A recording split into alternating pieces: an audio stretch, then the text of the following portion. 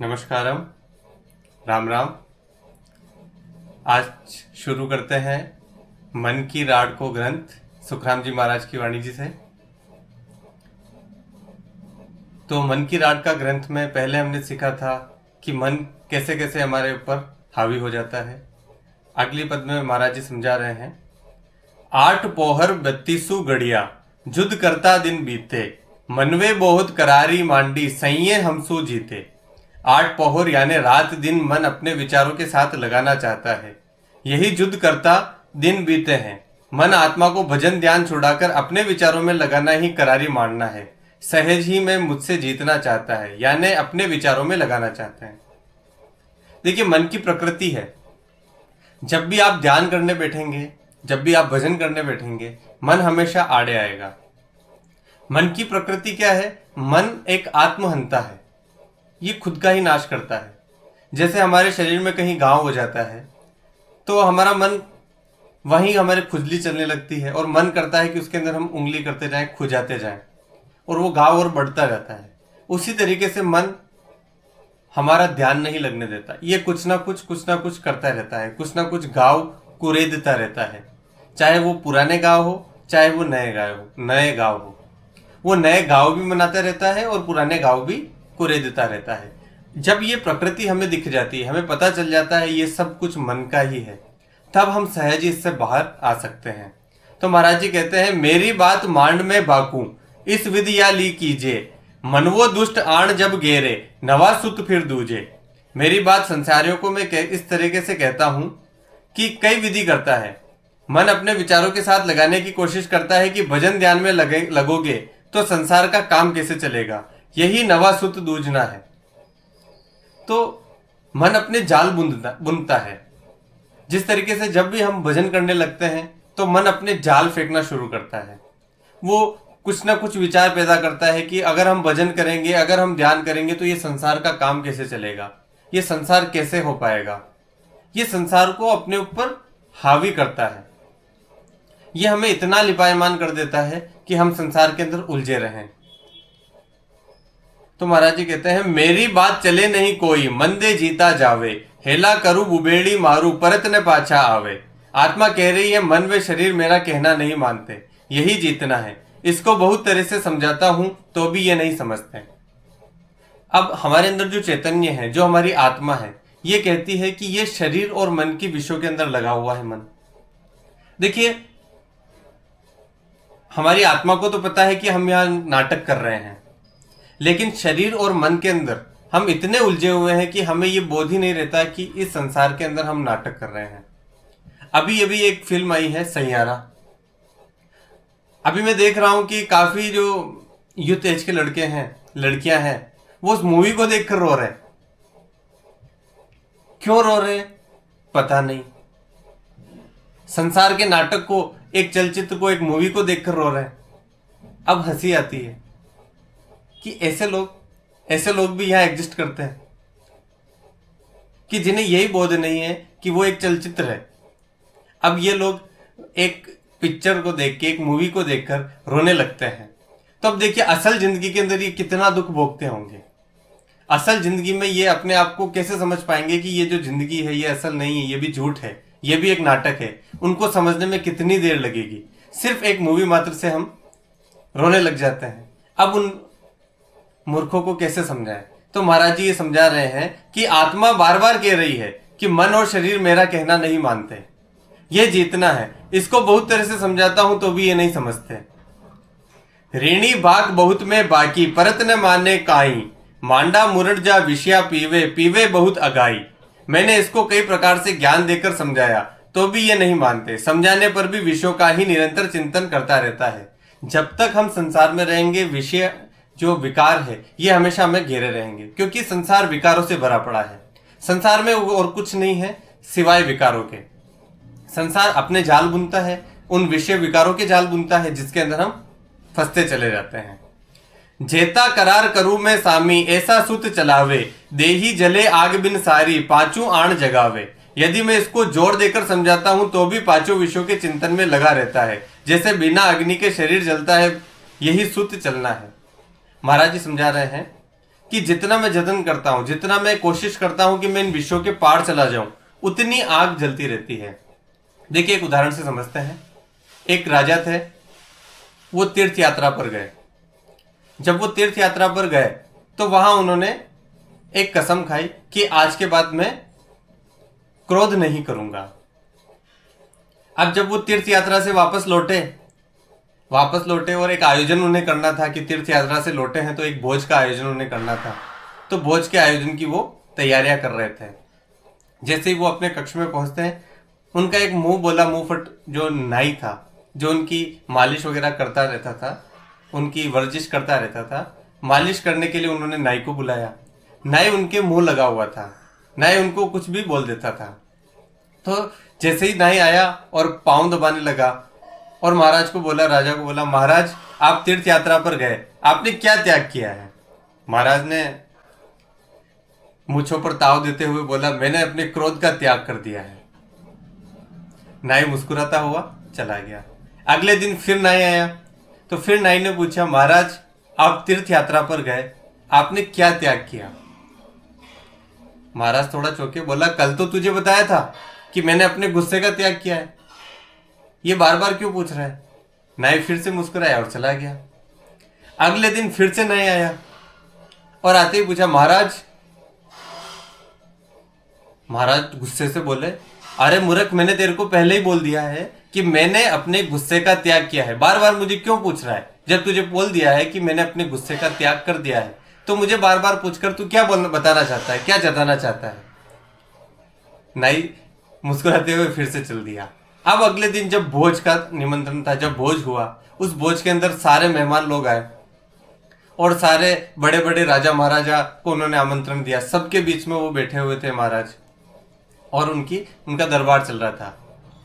उधर से नाई आया भागता हुआ। महाराज, जैसे ही उसने महाराज बोला, महाराज अपना जूता लेकर नाई के पीछे दौड़ पड़े कि तुझे एक बार बोल दिया ना कि मैंने अपने गुस्से का त्याग कर दिया है, तो तू मुझे बार बार क्यों बोल रहा है?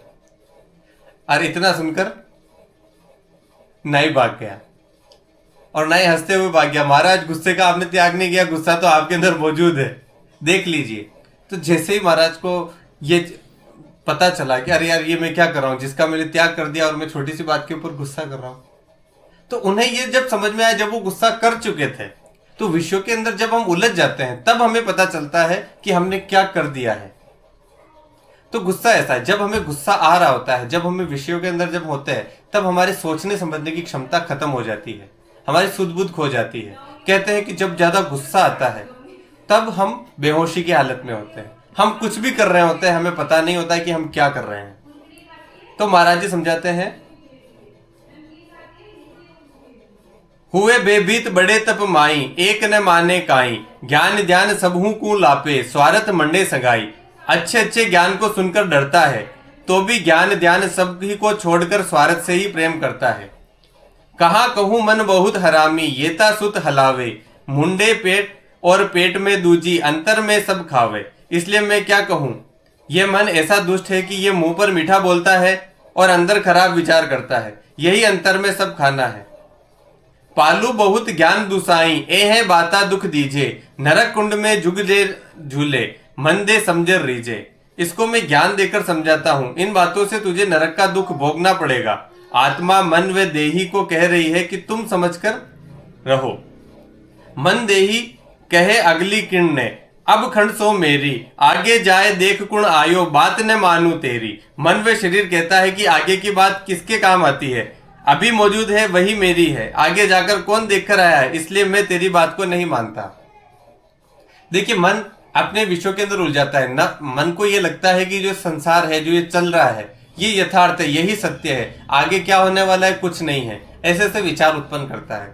जब हमें ये पता चल जाता है कि ये जो संसार है, ये जगत है, ये मिथ्या है, ये झूठ है, जब हमारी बोध में ये गहनता से ये स्मरण आ जाता है कि जो भी संसार चल रहा है ये मिथ्या है, तब हम मन के पार उठना शुरू होते हैं। लेकिन मन अपने जाल फेंकता है, मन कहता है कि ये जो संसार है अभी मौजूद है, इन विषयों का तू भोग कर ले।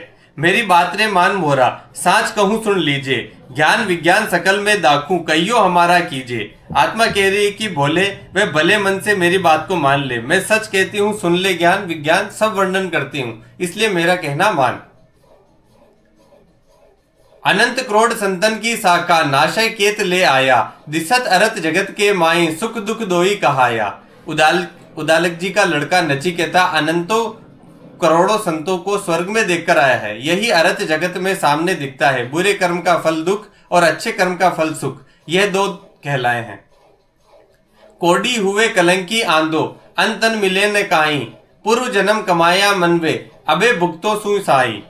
बुरे कर्म करने वाले जगत में कोडी, कलंकी व अंधे हो जाते हैं। खाने को अन्न भी नहीं मिलता। पूर्व जन्म में जो कर्म किए हैं उनका फल भोगना ही पड़ रहा है। महाराज जी यहाँ समझा रहे हैं कि कर्म कभी पीछा नहीं छोड़ते। ना तो इस जन्म में पीछा छोड़ेंगे, ना अगले जन्म में पीछा छोड़ेंगे। अगर आप कर्म करेंगे, बुरे कर्म करेंगे, तो बुरा फल आपको भोगना ही पड़ेगा। तो महाराज जी समझाते हैं, साची बात कहूं मन सुन ले, कर्म कर वे सारा, देवलोक को मैं कुण पूता, सुन रे मन हमारा। सच्ची बात कहती हूं, हे मन सुन ले, बुरे कर्म करने वाले सब में से कौन स्वर्ग लोक में पहुंचे हैं? शुभ कर्म करने वाले स्वर्ग में जाते हैं। विषया छाड़ आओ संत माही, हर शरणागत रहिए, मेरी बात मान शट मूर्ख, असत बात नहीं कहिए। हे मन, विषयों को छोड़कर संत में आ जा, सत्य में आ जा, परमात्मा की शरण में रहे। हे मूर्ख, मेरी बात मानकर झूठी बातें नहीं करना चाहिए। देखिए संसार में झूठ क्या है? झूठ ये बात है कि हमने अपना जो तादात्म्य है, अपना जो हमने अपने मान लिया है कि ये मैं शरीर हूं और मैं मन हूं। इस बात को हमने बहुत गहराई से मान लिया है। इस बात को, जबकि ये झूठ है। ना तो आप शरीर हैं, ना आप मन हैं। शरीर में जो भी क्रिया हो रही वो आपके बस की नहीं हो रही है। अगर आप शरीर होते तो आप थोड़ी देर के लिए श्वास रोककर दिखाइए, नहीं रोक सकते ना। शरीर अपना अनवरत काम कर चल रहा है। और ना तो आप मृत्यु को रोक सकते हैं, जब मृत्यु आएगी तब शरीर अपना काम करना बंद कर देगा। तो ना तो शरीर आपका है, ना मन के अंदर उठे हुए विषय आपके हैं या विकार आपके हैं। जो भी मन के अंदर इच्छाएं उत्पन्न हो रही है वो इच्छाएं आपकी नहीं है। जब इन दोनों के हम पार जाते हैं, जब हम अपने आप को ये समझाते हैं कि ना तो मैं शरीर हूं, ना मैं ये मन हूं, तब हम विषयों के पार जाना शुरू कर देते हैं। तो महाराज जी समझा रहे हैं, साची बिना सही नहीं माने, आ सब ले दिरकारे, समझ सट मन मान हमारी, जीता सार मा हारे। सच बोले बिना कोई सत्य नहीं मानता, सब धिक्कारते हैं। हे मन मूर्ख, मेरी बात को मान, मनुष्य जन्म ही जीत का पासा है, इसको व्यर्थ होता है।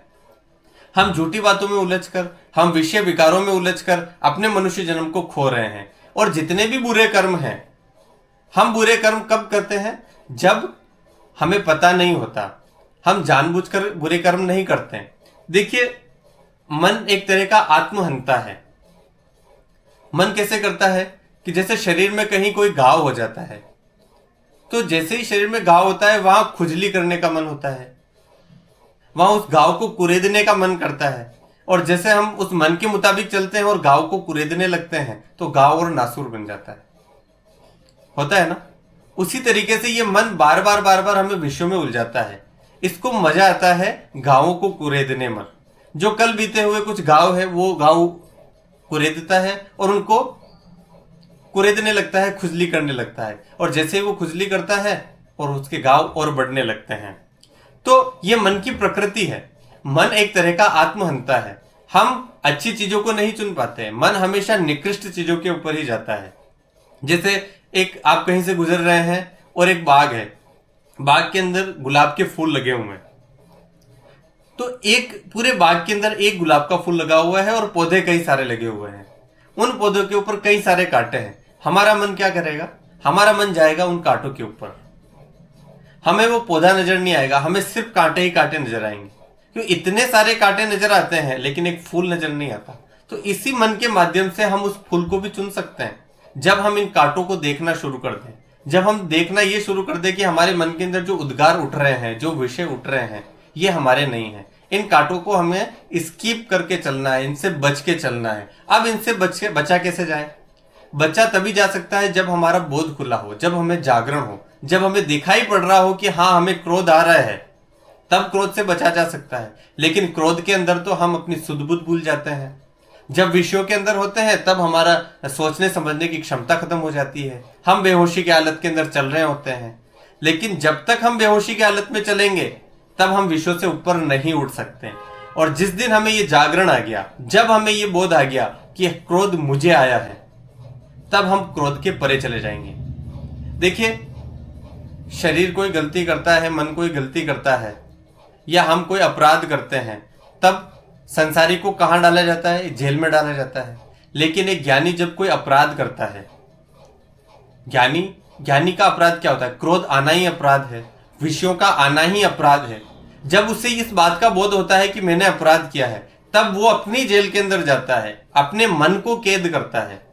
देखो, शरीर को तो संसार कैद करता है अपराध करने पर, क्योंकि मन आपको विषयों के अंदर उलझाएगा, और विषयों के अंदर उलझाने के बाद शरीर से अपराध करवाएगा, कुछ ना कुछ क्रियाएं करवाएगा। ठीक है, उसी तरीके से मन, जब मन के अपराध को जब हम देख लेते हैं कि मन ने अपराध किया, हमने वहीं देख लिया।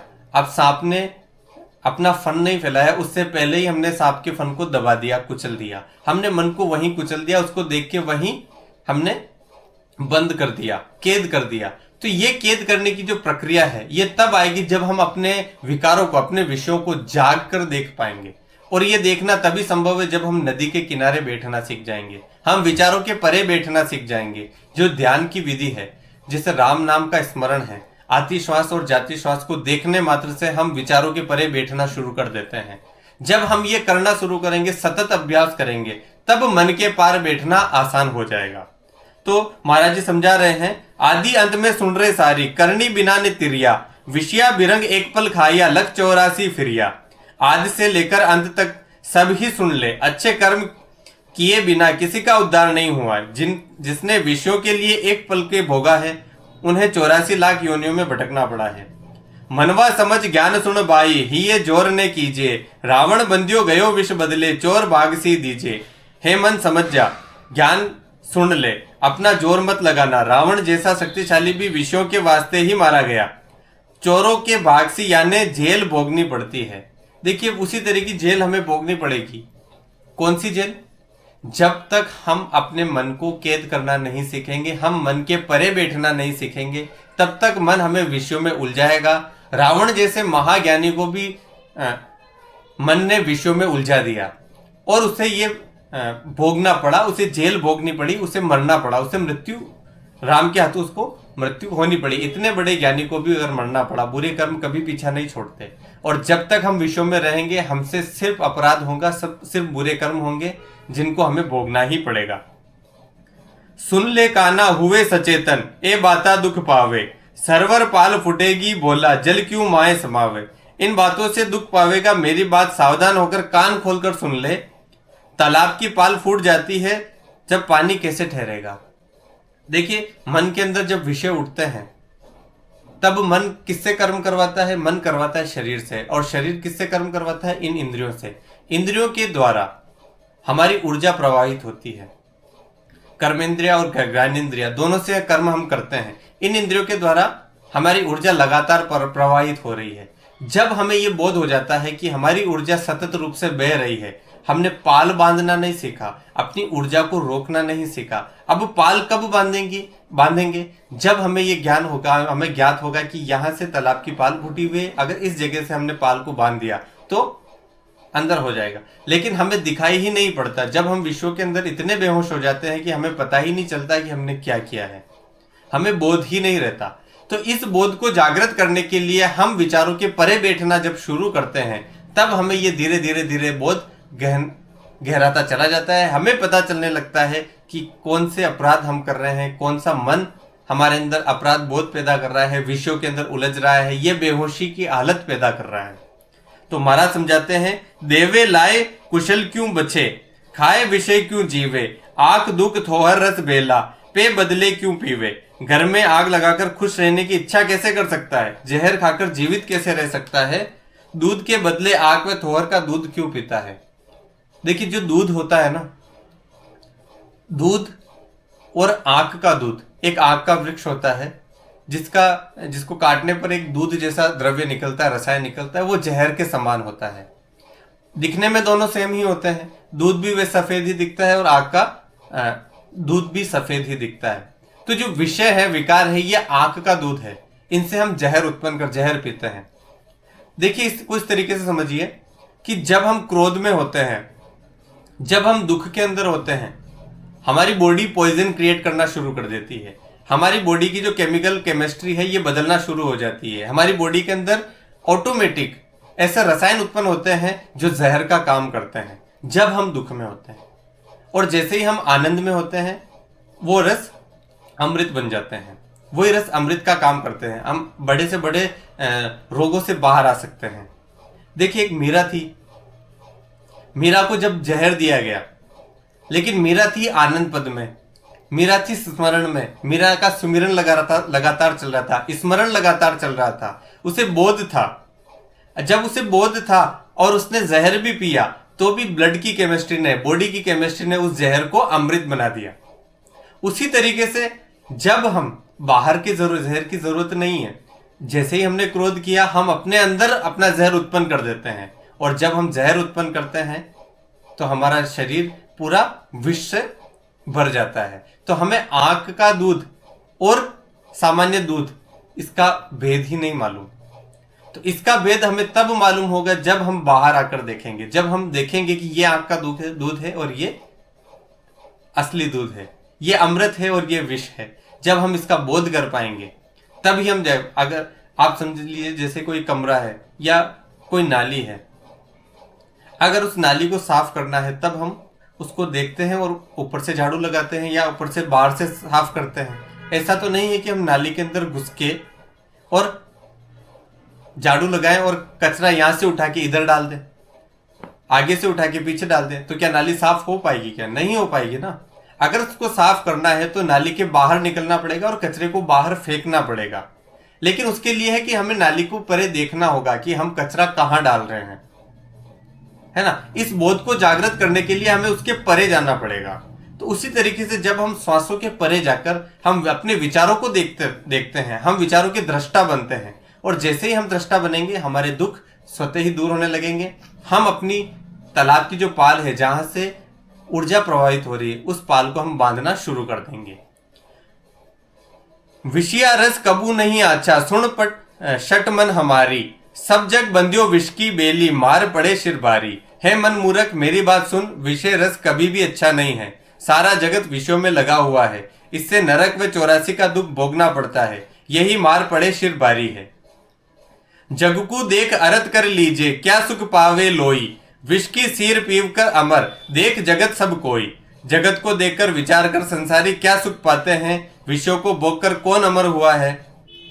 विषया पियो राज बिराना, वो विद हर्ष मनावे, इनमें गत मुक्त जो होती, जग परले क्या जावे। बहुत तरह की खुशियां मनाने वाले जो विषयों को भोगने में लगे हैं, उनके राज दूसरों के हाथ में चले गए। विषय भोगने वालों की मोक्ष होती है तो जन्म मरण क्यों आता है। देखिए, विषय भोगने वालों का कभी मोक्ष नहीं होता, वो कभी मुक्त हो ही नहीं पाते। जैसे ही हम अगर किसी इच्छा को पूरी करते हैं तो उसके साथ ही 100 इच्छाएं और क्रिएट हो जाती है और बन जाती है। एक इच्छा पूरी करेंगे 100 इच्छा और हो जाएगी।